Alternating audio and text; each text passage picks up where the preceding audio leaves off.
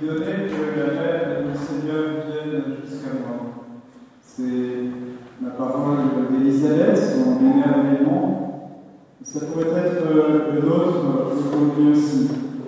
Nous sommes invités à contempler et à vivre aujourd'hui le mystère de la visitation.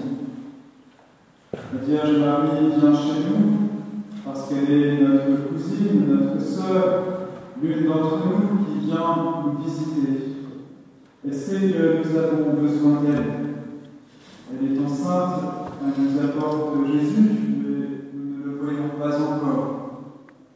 Devant toute femme enceinte, nous sommes un peu intimidés parce qu'il y a un mystère, une personne qui est déjà là, mais on ne voit pas, une présence cachée, une vie nouvelle. Mais la vie nouvelle que Marie porte en elle n'est pas seulement une nouvelle vie humaine qui s'ajoute aux autres, elle est un mystère plus grand encore que la continuation de l'histoire humaine. Elle est la vie par excellence, qui vient renouveler toute vie, et faire perdre son pouvoir à la mort. Celui que Marie apporte avec elle, sous la forme fragile d'un enfant dans le sein maternel, est le vivant, le Dieu vivant, le Créateur du ciel et de la terre devant qui les anges s'inclinent, le Sauveur de tous les hommes. Si donc nous recevons Marie, nous recevons avec elle Jésus, la deuxième personne de la Trinité, celui qui, en entrant dans le monde, a pris chair pour faire la volonté du Père, comme dit l'Épître aux Hébreux. Nous ne voyons pas, et il n'y a que l'Esprit Saint qui puisse nous révéler sa présence. Il m'a fait percevoir au point de nous faire tressaillir de joie avec Jean-Baptiste, lui-même encore dans le sein d'Élisabeth. C'est à travers la salutation de Marie que Jean-Baptiste a tressailli de joie et qu'Élisabeth a été remplie d'Esprit Saint. C'est Marie qui parle à la première, et il nous faut entendre sa voix si nous voulons entrer dans la joie et dire avec Élisabeth: tu es bénie entre toutes les femmes, et le fruit de tes entrailles est béni. Cette parole, nous l'avons reprise des milliers de fois, peut-être des dizaines de milliers, des centaines de milliers.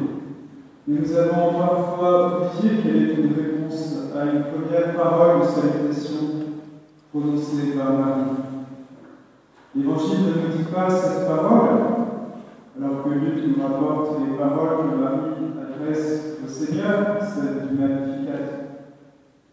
La salutation de Marie était peut-être seulement shalom, un souhait de paix. C'est peut-être cette parole qui est dite à nous aussi en venant chez nous aujourd'hui, shalom. Ce mot n'a jamais été aussi vrai que prononcé par la Vierge Marie, parce que dans sa bouche, il n'est pas seulement un souhait, il s'accomplit en même temps qu'elle parle, puisqu'elle porte en elle le prince de la vie. Si nous entendons cette parole de Marie, si nous nous laissons toucher par le tressaillement de Jean-Baptiste, alors nous serons remplis d'Esprit Saint et nous pourrons répondre à Marie. Le tressaillement de Jean-Baptiste, c'est le témoignage de celui dont la vocation est de désigner l'agneau de Dieu et qui accomplit sa mission dès le sein maternel, alors qu'il ne voit rien et qu'il ne peut pas encore parler, parce qu'il est déjà disponible pour l'œuvre de Dieu. Dans l'Église, il y a beaucoup de Jean-Baptiste, des gens qui ne voient pas plus que les autres, qui ne parlent pas forcément beaucoup, et qui pourtant sont des témoins qui désignent l'agneau. Ils ne comprennent pas tout, ils ne sont pas parfaits, ils ne sont pas le Messie, ils peuvent même douter, mais ils sont fidèles à leur vocation et se réjouissent déjà de la présence de Jésus dans leur vie. Nous pouvons être cela les uns pour les autres parfois, des Jean-Baptiste qui désignent l'agneau de Dieu et qui permettent aux autres d'entrer dans la joie et la présence du Seigneur. Notre témoignage est pauvre et fragile, mais est-ce qu'il est plus pauvre que celui d'un enfant encore dans le sein maternel?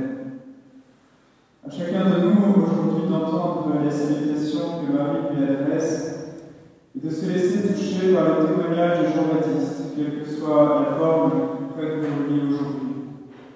Jésus est déjà là, et sa présence change tout aux yeux de ceux qui l'aperçoivent.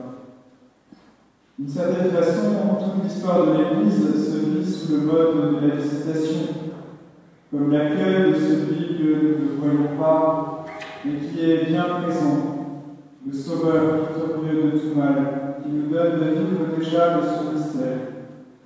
Et Marie est présente à toute l'histoire de l'Église.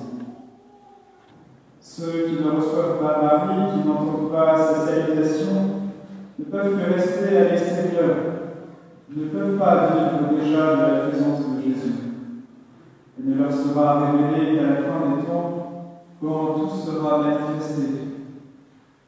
Mais nous qui recevons la visitation de Marie, qui entendons sa parole, nous laissons toucher par le pauvre témoignage de ceux qui désirent l'agneau, nous pouvons, sous le souffle de l'Esprit, bénir Marie avec Élisabeth. Et comme Élisabeth, nous pouvons reconnaître en Marie celle qui a cru à l'accomplissement des paroles qui lui furent dites de la part du Seigneur.